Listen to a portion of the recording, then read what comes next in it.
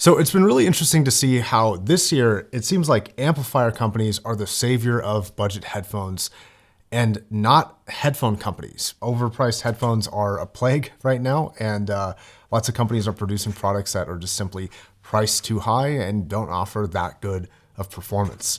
This is not one of those, however.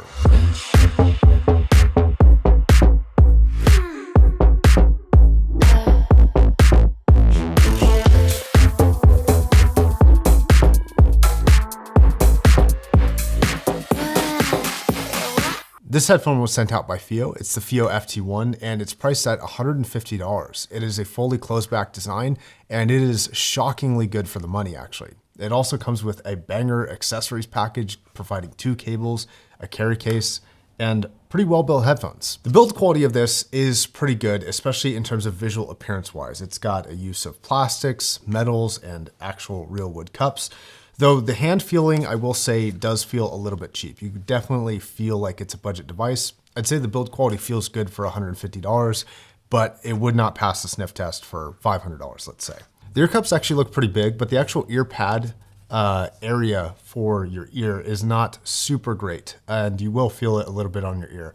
I understand that this might be necessary to get this tuning, and it's a really good tuning, but yeah, it might be worth noting that if you have really large ears, you might feel this be a little bit more maybe on ear than fully over ear. FiiO does seem to be putting people to shame though with the accessories package. This comes with 2 cables, one of them a 4.4 millimeter balance cable. This cable is surprisingly nice with some great terminations and a braided design that doesn't seem to kink. It just kind of lays flat and rolls up nice. It's a good cable actually. And then it also comes with a carry case. And this is more than a lot of companies are coming out with. For example, the brand new HD620S came in just a simple cardboard box, and that was about double the price tag of this. I also think that FiiO has some stuff in their mind that they want to build an ecosystem, especially in the long term for your devices. They also have a really nice 4.4 millimeter that comes with the FT3 and the FT5 open back headphones. And a lot of their amplifiers are now coming with a 4.4 millimeter. For example, this K11 R2R version, which is about $150, is an excellent combination with this headphone, and you don't even have to buy separate cables to make it work in its full capacity. For a $300 headphone system, this is pretty good. I'll drop a link to this down below as well. Now, the tuning of this headphone in most frequency areas is actually really wonderful. This is a very well-tuned headphone for the price category. In fact, there's a lot of closed back headphones in higher price tiers that do not perform nearly as well as this does. So I'm actually fairly impressed with what they were able to do, especially being as budget friendly as this is. The bass response I would actually define as really good and fun. And it's a combination of the two. It's a little bit elevated. This is a slightly V-shaped headphone in terms of the sound signature. And the bass response comes off with a lot of thumpiness, a lot of impact for the lower sub-bass regions, and kind of a lot of fullness, but maintains a clean mid-bass region as well. I would say that bass is definitely the driving component of any song that has bass. You can play really anemic sounding tracks and they are not going to kill you with bass or anything like that. But if you have a very full sounding track with a lot of low end, you're going to know it on this headphone. It's going to be a very apparent and strong part of the music. Now, bass can be overdone, but I've actually noticed that a lot of closed back designs coming from audiophile companies are kind of reducing the bass a little bit too much to try to not be like a bass, bass cannon type of headphone. The intro to Hypnocurrency is delicious and impactful, and the bass fluctuations are like palpable and super tactile. It's a really fun experience for most bass heavy music. Treble response is also an area that I'm fairly impressed with. There are a couple small minor complaints that I have, such as the region of 8K is a little bit sharp on this for me, but I think overall they played it safe with a fairly target adherent sound signature if you're into the Harman target. And I think that they did a wonderful job with the treble response on this headphone. It's not overly precise, it's not super fatiguing. In fact, it's actually pretty chill. I don't think anybody would accuse this of being a overly detailed headphone. In fact, I think it might even be under detailed to what I would consider to be kind of the most detailed closed back at this price point. Actually, it's a little bit cheaper, which would be the wired version of the K361. But it also doesn't feel dull, and because it's a slightly V-shaped headphone, that treble still comes across quite clear and present. I by no means think that this is perfect treble, but given the performance of the rest of the headphone and the price category, most importantly, I think that this performance is more than acceptable and might even be kind of up to par with the standards of this price tag. One area that I'm not actually a huge fan of though is the mid-range. For me, it's just not all that exciting to listen to. Granted, for a closed back headphone at this price, it's fairly good, but I just feel like I can get much better soundstage with a equivalently priced open back headphone. I know that that's not the same category, but looking at the delta between vocal sound quality of an open back headphone at this price and this one, this feels me leaving a little bit uninspired. One of the areas specifically that's an issue for me is the 2 to 3K region.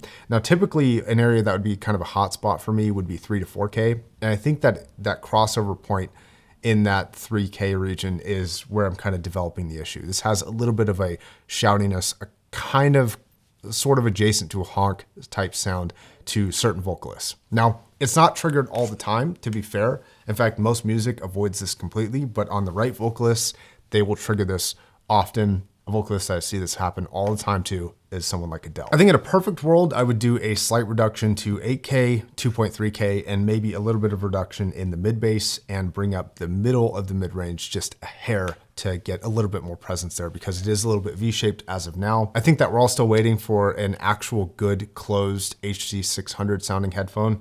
But yeah, this is still relatively in that familiar, fun, and good sounding V-shaped category.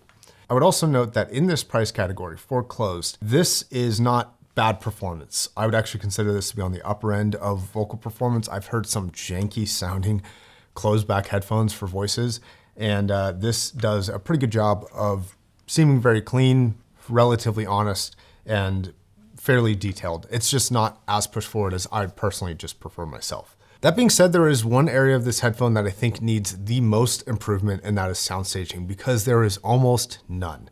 In some cases, in some songs, this headphone can sound almost claustrophobic because everything is happening right here all the time. It's intense sounding, and it has basically no chill to the sound. On some songs, this is great. On other songs, it's not so great. And sound staging is one area that I would like to improve the most. Is just having more space between instruments and having a more natural soundstage. Now, that's something that is hard to do for closed back headphones, and you don't typically see until much higher up in price. So it's fair performance at this price, to be honest.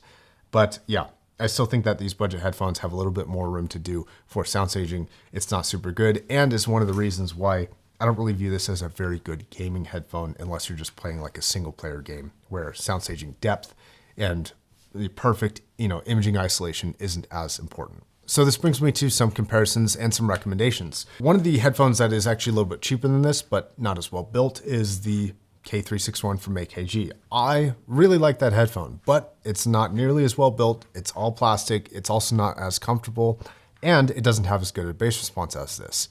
It does, however, have advantages over this, like sound staging would be kind of the most important one in my opinion. Which one I would recommend is if you value bass and comfort more, stick with this. If you value things like sound staging more, the K361 is probably what I would recommend. How far up in price do you need to go to get significantly better than this? That actually I don't think happens until double this price tag at about $300 with the Odyssey Maxwell, which even though it's a wireless headphone, is a shockingly good closed back headphone for music. It has sound staging. It's also a little bit different technology. It's a planar magnetic headphone. And it's really well built, and you get the benefits of wireless or wired if you're into that. And it also has a microphone. It's very good for gaming.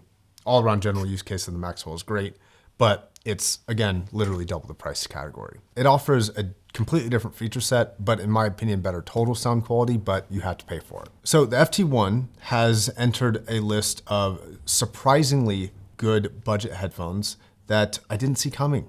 Headphones from companies that are not traditionally a headphone company, or used to not be that way.